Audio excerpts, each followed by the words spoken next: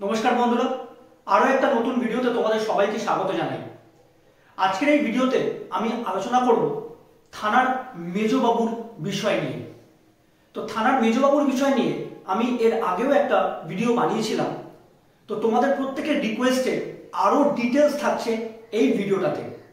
তো এই ভিডিওটাতে আমি তোমাদের সাথে আলোচনা করব যে মেজবাবুর র্যাঙ্ক কি, মানে ডাইরেক্ট না ডিপার্টমেন্টাল সাব ইন্সপেক্টর, মেজবাবু হতে সময় কত লাগবে, মেজবাবু কিভাবে হবে ও কেন হতে হবে, মেজবাবুর কাজ কি, মেজবাবু কি গাড়ি পান, মেজবাবুর স্যালারি কত, এবং সব শেষে থাকছে একটা ইন্টারেস্টিং টপিক, সেটা হচ্ছে যে বড়বাবু হতে গেলে কি মেজবাবু হতেই হবে। তাহলে এই সমস্ত বিষয় থাকছে ডিটেলসে আজকের এই ভিডিওতে। আশা করি ভিডিওটা তোমরা প্রথম থেকে শেষ পর্যন্ত দেখবে এবং ভালো লাগলে অবশ্যই আমাকে কমেন্টে জানাবে। তো চলো আজকের ভিডিওটা শুরু করি। প্রথমেই আমি বলি যে আমাদের ওয়েস্ট বেঙ্গল পুলিশ এবং কলকাতা পুলিশে এই মুহূর্তে ডাইরেক্ট সাব ইন্সপেক্টর যথেষ্ট পরিমাণে নিয়োগ করা হয়েছে, এবং সেই কারণে আগে পশ্চিমবঙ্গ পুলিশ এবং কলকাতা পুলিশের ডিপার্টমেন্টাল সাব ইন্সপেক্টর যারা, মানে কনস্টেবল থেকে এএসআই থেকে সাব ইন্সপেক্টর, ডিপার্টমেন্টাল এক্সামের মাধ্যমে যারা ডিপার্টমেন্টাল সাব ইন্সপেক্টর হয় তাদেরকে আগে থানার মেজবাবু বা বড়বাবুর দায়িত্ব দেয়া হতো এবং এখনো দেয়া হয়, কিন্তু খুব কম। বর্তমানে পশ্চিমবঙ্গ পুলিশ এবং কলকাতা পুলিশে ডাইরেক্ট সাব ইন্সপেক্টর যারা গ্র্যাজুয়েশন ডিগ্রি নিয়ে ডাইরেক্টলি পরীক্ষা দিয়ে সাব ইন্সপেক্টর পরীক্ষা ক্র্যাক করে যারা ডিপার্টমেন্টে আসে, সেই ডাইরেক্ট সাব ইন্সপেক্টরদেরকে 13 মাসের ট্রেনিং এবং 13 মাসের ট্রেনিং এর পরে যে প্রবেশনারি পিরিয়ড থাকে 2 বছরের, 13 মাসের ট্রেনিং এবং প্রবেশনারি পিরিয়ড, এই পিরিয়ডটা কাটানোর পরে তাদেরকে কিন্তু থানার মেজবাবুর দায়িত্ব দেওয়া হয় এবং থানার মেজবাবুর দায়িত্ব পালন করার পরে তাদেরকে থানার বড়বাবু করা হয়, মানে ওসিআইসি করা হয়। তাহলে র্যাঙ্কের ব্যাপারটা প্রথমত হচ্ছে সাব ইন্সপেক্টর র্যাঙ্ক, এবং মেজবাবু আর বড়বাবু হওয়ার জন্য যে ক্রাইটেরিয়া, যেটা মেন ক্রাইটেরিয়া, সেটা হচ্ছে ডাইরেক্ট সাব ইন্সপেক্টর। আশা করি তোমাদেরকে বোঝাতে পারলাম। এবার যদি আমি বলি যে একজন ডাইরেক্ট সাব ইন্সপেক্টর পাশ করা যে সাব ইন্সপেক্টর, তিনি যখন ডিপার্টমেন্টে আসছেন তা ওনার মেজবাবু হতে কত সময় লাগবে, তাহলে প্রথমত যে ডাইরেক্ট সাব ইন্সপেক্টর পাশ করে এসে 13 মাসের ট্রেনিং এবং তারপরে 2 বছরের প্রবেশনারি পিরিয়ড, এই 2 বছরের যে প্রবেশনারি পিরিয়ড, এই 2 বছরের প্রবেশনারি পিরিয়ডটাও কিন্তু কোনো আইসি থানা বা কোনো ওসি থানার আন্ডারে কিন্তু তাকে এই প্রবেশনারি পিরিয়ডটা কিন্তু কাটাতে হয়। এই প্রবেশনারি পিরিয়ডটাও কিন্তু একজন সাব ইন্সপেক্টরের বেসিক্যালি কিন্তু ট্রেনিং পিরিয়ড। তো এই 2 বছরের প্রবেশনারি পিরিয়ডে একজন পিএসআই, মানে প্রবেশনারি সাব ইন্সপেক্টর, একজন পিএসআই থানার ওসি বা আইসির আন্ডারে কি কতটা যোগ্যতা, কতটা দক্ষতার সাথে তিনি তার প্রবেশনারি পিরিয়ডটা কাটাচ্ছেন, তার উপর ডিপেন্ড করছে যে প্রবেশনারি পিরিয়ড কমপ্লিট হওয়ার পরেই তিনি সঙ্গে সঙ্গে মেজবাবুর দায়িত্ব পাবেন, নাকি আবার কোনো ওসি বা আইসি আন্ডারে তাকে 1 বছর বা 1.5 বছর কাজ করতে হবে। এটা কিন্তু তার এই প্রবেশনারি পিরিয়ডের যোগ্যতা এবং দক্ষতার সাথে কাজ করার উপর ডিপেন্ড করছে। তাহলে বেসিক্যালি যদি আমরা ধরে নিই যে একজন ডাইরেক্ট সাব ইন্সপেক্টর, যিনি ডাইরেক্টলি সাব ইন্সপেক্টর পাশ করে ডিপার্টমেন্টে আসছেন, তিনি তো যথেষ্ট দক্ষ এবং অভিজ্ঞ, একাডেমিক্যালি তিনি যথেষ্ট দক্ষ, যথেষ্ট এডুকেটেড, যথেষ্ট অভিজ্ঞ, এটা নিয়ে কোনো সন্দেহের কোনো অবকাশ নেই। তা তিনি যখন ডিপার্টমেন্টে আসছেন, ধরেই নেওয়া যেতে পারে যে তিনি যথেষ্ট দক্ষতা এবং অভিজ্ঞতার সাথে তিনি তার ডিউটি পারফর্ম করবেন। তাহলে সুতরাং আমরা ধরেই নিতে পারি যে 3 থেকে 3.5 বছর পরেই একজন ডাইরেক্ট সাব ইন্সপেক্টর মেজবাবুর দায়িত্ব পেয়ে যাবেন। এবার বলি মেজবাবু কিভাবে হবে। তাহলে মেজবাবু হতে গেলে কিন্তু এই যে ট্রেনিং করার পরে যে প্রবেশনারি পিরিয়ড, এই প্রবেশনারি পিরিয়ডটা ওসি বা আইসি কে সন্তুষ্ট করে যে থানার আন্ডারে প্রবেশনারি পিরিয়ড খাটতে যাচ্ছেন একজন ডাইরেক্ট সাব ইন্সপেক্টর, সেই ওসি বা আইসি কে কিন্তু তাকে যথেষ্ট সন্তুষ্ট করে তার কথা মতো, তার তার দেখানো ডাইরেকশন অনুযায়ী তাকে কিন্তু যথেষ্ট দক্ষতা এবং অভিজ্ঞতার সাথে যে কোনো কেসের ইনভেস্টিগেশন করা, কোনো লয়ার সিচুয়েশন হ্যান্ডেল করা, কোনো ক্রাইসিস সিচুয়েশন গুলোকে হ্যান্ডেল করা, এই সমস্ত কিছু তাকে কিন্তু করতে হবে। তিনি যতটা ট্যাক্টফুলি এই কাজগুলো তিনি করতে পারবেন, তত তাড়াতাড়ি কিন্তু মেজবাবু হতে পারবেন। ঠিক আছে, আচ্ছা এবার আমি বলি যে মেজবাবু কেন হতে হবে। মেজবাবু হতে হবে তার কারণ, যখনই একজন ডাইরেক্ট সাব ইন্সপেক্টর ট্রেনিং করার পরে, প্রবেশনারি পিরিয়ড কাটানোর পরে তিনি যদি খুব তাড়াতাড়ি মেজবাবুর দায়িত্ব পেয়ে যান, তাহলে মেজবাবুর দায়িত্ব পেয়ে গেলেই কিন্তু মেজবাবুর দায়িত্ব যখনই তিনি তাড়াতাড়ি পেয়ে যাবেন, তার মানে কি তিনি মেজবাবুর দায়িত্বটা এবার যতটা ট্যাক্টফুলি এবং যতটা অভিজ্ঞতার সাথে তিনি করতে পারবেন, এই দায়িত্বটা পালন করতে পারবেন, তত তাড়াতাড়ি কিন্তু তিনি বড়বাবু হতে পারবেন।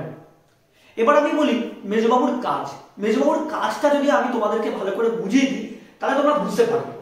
তো এর আগে আমি আমার চ্যানেলে বড়বাবু রিলেটেড একটা ভিডিও বানিয়েছিলাম, তো তোমাদের কাছ থেকে খুব ভালো রেসপন্স পেয়েছি, তাই আমি ভাবলাম যে মেজবাবুর ভিডিওটা একটু ডিটেলসে তোমাদের কাছে ক্লিয়ার করে দিই, তাহলে তোমরা বুঝতে পারবে যে বড়বাবু এবং মেজবাবু কতটা গুরুত্বপূর্ণ, এবং বড়বাবু ও মেজবাবু দুজন কিন্তু এই দুটো পোস্ট কিন্তু থানায় একে অপরের পরিপূরক। এবার আমি বলি মেজবাবুর কাজ কি। মেজবাবুর কাজ হচ্ছে, প্রথম কথাতেই আমি বলি যে থানায় যিনি বড়বাবু, থানার যে জুরিডিকশন, সেই জুরিডিকশনের অল ইন অল হচ্ছেন কিন্তু বড়বাবু, কিন্তু মেজবাবু হচ্ছেন থানার অল ইন অল। তার কারণ বড়বাবু হচ্ছে থানার ফার্স্ট অফিসার, আর মেজবাবু হচ্ছেন থানার সেকেন্ড অফিসার। এই বড়বাবু ম্যাক্সিমাম দিনই এসপি সাহেবের বিভিন্ন কাজে, মানে জেলার যে এসপি সাহেব, সেই এসপি সাহেবের বিভিন্ন কাজে, নিজস্ব কোর্ট কাছারির কাজে এবং নিজস্ব পারিবারিক ছুটি ছাটার কাজে যখনই ব্যস্ত থাকবেন, তখনই কিন্তু অল ইন অল চার্জ কিন্তু মেজবাবু। তার মানে তোমরা বুঝতেই পারছো যে মেজবাবুর দায়িত্বটা কতটা গুরুত্বপূর্ণ। এবার আমি বলি যে একজন বড়বাবু, তার যে সেকেন্ড অফিসার বা মেজবাবু যাকে ডিসাইড করে রাখেন বা থানায় যাকে মেজবাবুর দায়িত্ব দেন, একজন বড়বাবু কিন্তু মেজবাবুর সাথে ডিসকাস করে কিন্তু সমস্ত কাজ করেন। মানে বড়বাবু এবং মেজবাবু দুজনে কিন্তু একে অপরের পরিপূরক। বড়বাবু মেজবাবুর সাথে এবং মেজবাবু বড়বাবুর সাথে সমস্ত কিছু ডিসকাস করে কিন্তু যে কোনো সিদ্ধান্ত নিয়ে থাকেন। মেজবাবুর এছাড়াও কাজ হচ্ছে থানায় আরো যত ফোর্স আছে, কনস্টেবল, এএসআই বা আদার্স সাব ইন্সপেক্টর যারা আছে, এদের প্রত্যেকের ডিউটি ডিটেলমেন্ট করা। এরা প্রত্যেকে কখন কি ডিউটি করবে, কে সেন্ট্রি করবে, কে লয়ার ডিউটি যাবে, কে পিকেট ডিউটি যাবে, কে ব্যাংক ডিউটি যাবে, কে কোনো ক্রাইসিস সিচুয়েশন, কোনো ক্রাইসিস লয়ার, কোথাও মারামারি, কোথাও গন্ডগোল, কোথাও চুরি ডাকাতি, কোথায় কি হয়েছে, এই সব কিছুকে ট্যাকেল করার দায়িত্ব কিন্তু মেজবাবুর। এই সব কিছুকে ট্যাকেল করার দায়িত্ব, এই সমস্ত জায়গায় ফোর্সের ডিপ্লয়মেন্ট করার দায়িত্ব। এছাড়াও থানায় যে এএসআই বা আদার্স সাব ইন্সপেক্টর যারা আছে, কারা টেবিল ডিউটি করবে, কারা ওয়ারেন্ট অফিসারের ডিউটি করবে, কে মালখানা অফিসারের ডিউটি করবে, ঠিক আছে, এই সমস্ত কিছু, কে আরটি ডিউটি যাবে, ঠিক আছে, বা আরটিতে কোনো সমস্যা হলে, কোথাও কোনো গন্ডগোল হলে মেজবাবু কিন্তু অনেক সময় নিজে গিয়েও সেই জায়গায় কিন্তু ট্যাক্টফুলি ট্যাকেল করেন। তাহলে বুঝতে পারছো মেজবাবুর দায়িত্ব কতখানি। এবার আমি বলি মেজবাবুর স্যালারি কত। তোমরা মোটামুটি সবাই জেনে গেছো বা জানো যে 32,100 টাকা কিন্তু একজন সাব ইন্সপেক্টরের বর্তমান বেসিক পে। তো একজন সাব ইন্সপেক্টর হিসাবে ডিপার্টমেন্টে আসার সাথে সাথে ট্রেনিং পিরিয়ডে এইচআর এ বাদ দিয়ে তাকে সমস্ত কিছু পে করা হয় ট্রেনিংয়ে। তার মানে 32,100 টাকা বেসিক পে, তারপর বর্তমান রাজ্য সরকারের 14% ডিএ, ঠিক আছে, এরপরে মেডিকেল অ্যালাউন্স, এরপরে রেশন অ্যালাউন্স, এইগুলো কিন্তু সব ট্রেনিং অবস্থায় পাওয়া যায়। যখনই ট্রেনিং হওয়ার পরে একজন পিএসআই হিসাবে তুমি থানায় যাচ্ছ, তখন কিন্তু তার সাথে 12% এইচআরএটা অ্যাড হয়ে যাচ্ছে। এবার চাকরির বয়স বাড়ার সাথে সাথে স্যালারিও বাড়তে থাকবে। তো স্যালারি বাড়তে যে থাকে তার বেসিক ক্রাইটেরিয়া হচ্ছে প্রতি বছর 3% করে ইনক্রিমেন্ট অ্যাড হয়। এবং রাজ্য সরকার যে দিয়ে দেবে প্রতি বছর, সে একবার হোক বা দুবার হোক, সেটা অ্যাড হতে থাকে, এইভাবে স্যালারি বাড়তে থাকে। আচ্ছা, তাহলে স্যালারি ব্যাপারটা বোঝাতে পারলাম। পরবর্তী পয়েন্ট, যেটা তোমাদের অনেকের মনের একটা কৌতূহল, যে মেজবাবু কি গাড়ি পায়। দেখো, প্রধানত আমি বলি যে ওসি থানা হোক বা আইসি থানা হোক, আইসি থানায় ইন্সপেক্টর চার্জে এবং ওসি থানায় যিনি সিনিয়র সাব ইন্সপেক্টর তিনি কিন্তু চার্জে। সিনিয়র সাব ইন্সপেক্টর মানে কিন্তু ডিপার্টমেন্টালও হতে পারে, ডাইরেক্ট সাব ইন্সপেক্টরও হতে পারে। তবে ডিপার্টমেন্টাল সাব ইন্সপেক্টররা সাধারণত এই মুহূর্তে ওসি বা ওসির দায়িত্ব দেওয়া হয় না, ডাইরেক্ট সাব ইন্সপেক্টরদেরকেই দেওয়া হয়। খুব কম দেখা যায় যে ডিপার্টমেন্টাল সাব ইন্সপেক্টরকে ওসি করা হয়েছে, খুব কম দেখা যায় এখন বর্তমানে। আমি কিন্তু বর্তমানের কথা বলছি, আগে কি হয়েছে সেটার কথা বলছি না। বর্তমানে খুব কম দেখা যায় যে ডিপার্টমেন্টাল সাব ইন্সপেক্টরকে ওসির দায়িত্ব দেওয়া হয়। তো ডাইরেক্ট সাব ইন্সপেক্টরদের মধ্যে থেকে যিনি সিনিয়র তিনি কিন্তু ওসির দায়িত্ব পান। তাহলে ওসি থানা বা আইসি থানায় ওসি বা আইসির জন্য কিন্তু একটা নির্দিষ্ট গাড়ি থাকে। এছাড়া থানায় কিন্তু আরটি ডিউটি করার জন্য বড় থানা হলে 3টে গাড়ি, এবং মোটামুটি থানা হলে ওভারঅল দেখা যায় যে থানায় আরটি ডিউটির জন্য 2টো গাড়ি থাকে।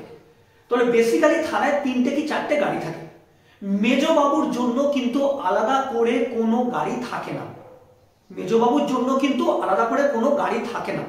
খুব রেয়ার কোনো থানা থাকলেও থাকতে পারে যে যেখানে মেজবাবুর জন্য আলাদা করে গাড়ি দেয়া হয়েছে, বা থানা থেকে কোনো পাবলিক গাড়িকে হায়ার করা হয়েছে মেজবাবুর ইউজের জন্য। খুব রেয়ার হলে হতে পারে। ওভারঅল কিন্তু গভর্নমেন্ট থেকে সরকারিভাবে কিন্তু কোনো অ্যালটমেন্ট কিন্তু মেজবাবুর জন্য থাকে না, গাড়ির জন্য থাকে না।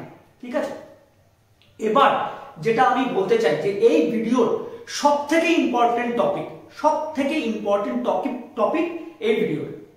তার আগে আমি বলতে চাই যে চ্যানেলে যারা আমার অলরেডি সাবস্ক্রাইবার তারা কিন্তু অবশ্যই ভিডিওটা দেখে ভালো লাগলে কিন্তু অবশ্যই আমাকে কমেন্ট করবে এবং একটা লাইক দেবে, এবং ভিডিওটা তোমার বন্ধু বান্ধবদের মধ্যে অবশ্যই শেয়ার করবে। এবং চ্যানেলে যারা নতুন ভিজিট করছো তোমরা কিন্তু অবশ্যই চ্যানেলটাকে সাবস্ক্রাইব করবে। তার কারণ আমার এই চ্যানেল থেকে তোমরা police related, West Bengal police, Kolkata police related যে কোনো টপিকে তোমরা কিন্তু ইনফরমেশন পাবে, এবং তোমাদের প্রয়োজনীয় কোনো জানার বিষয় থাকলে সেটাও তোমরা আমাকে জানাতে পারো। তাহলে চলে আসি আজকের এই ভিডিওটার সব থেকে গুরুত্বপূর্ণ টপিক। সেটা হচ্ছে যে বড়বাবু হতে গেলে কি মেজবাবু হতেই হবে? হ্যাঁ, বড়বাবু হতে গেলে মেজবাবু হতেই হবে। তার কারণ যখন কোনো একজন ডাইরেক্ট সাব ইন্সপেক্টর কোনো ওসি বা আইসি থানার আন্ডারে মেজবাবুর কাজ করছেন, তিনি মেজবাবুর দায়িত্বটা যত স্মুথলি, যত ট্যাক্টফুলি করতে পারবেন, তখন কিন্তু ওই ওসি বা আইসি জেলার যে সব থেকে সুপিরিয়র যে এসপি স্যার, সেই এসপি স্যারের কাছে কিন্তু রিপোর্ট করবেন যে আমার থানার আন্ডারে যে মেজবাবু রয়েছে সেই মেজবাবু কিন্তু যথেষ্ট দক্ষ এবং অভিজ্ঞ। তখন ওই এসপি সাহেব কিন্তু দিনের পর দিন ওই মেজবাবুর রেকর্ড একটা তৈরি করবেন, গুড রিপোর্ট তৈরি করবেন, বা জেলার এসপি সাহেবের কাছে কিন্তু ওই মেজবাবুর একটা গুড রিপোর্ট তৈরি হবে, এবং এই রিপোর্টের ওপরই বেস করছে যে সেই মেজবাবু কত তাড়াতাড়ি বড়বাবু হবেন। মানে মেজবাবু যেহেতু সাব ইন্সপেক্টর র্যাঙ্ক, তাহলে তিনি বড়বাবু হচ্ছেন, মানে তিনি ওসি হচ্ছেন, এবং আগামী দিনে এই ওসির দায়িত্ব ভালোভাবে পালন করলে তিনি কিন্তু পরবর্তীকালে প্রমোশন পেয়ে আবার আইসি হবেন। তাহলে মোট কথা আমি ধরে নেব যে আমি আমার এই ভিডিওটাতে তোমাদেরকে ডিটেলসে থানার বড়বাবুর কিছুটা এবং থানার মেজবাবুর অনেকটা পার্ট আমি তোমাদেরকে বোঝাতে পারলাম। আশা করব ভিডিওটা তোমাদের সবার ভালো লাগবে। এই রকমই আরো একটা ইনফরমেটিভ ভিডিও নিয়ে তোমাদের সাথে আবার পরের ভিডিওতে দেখা হবে। তো সুতরাং নমস্কার, জয় হিন্দ।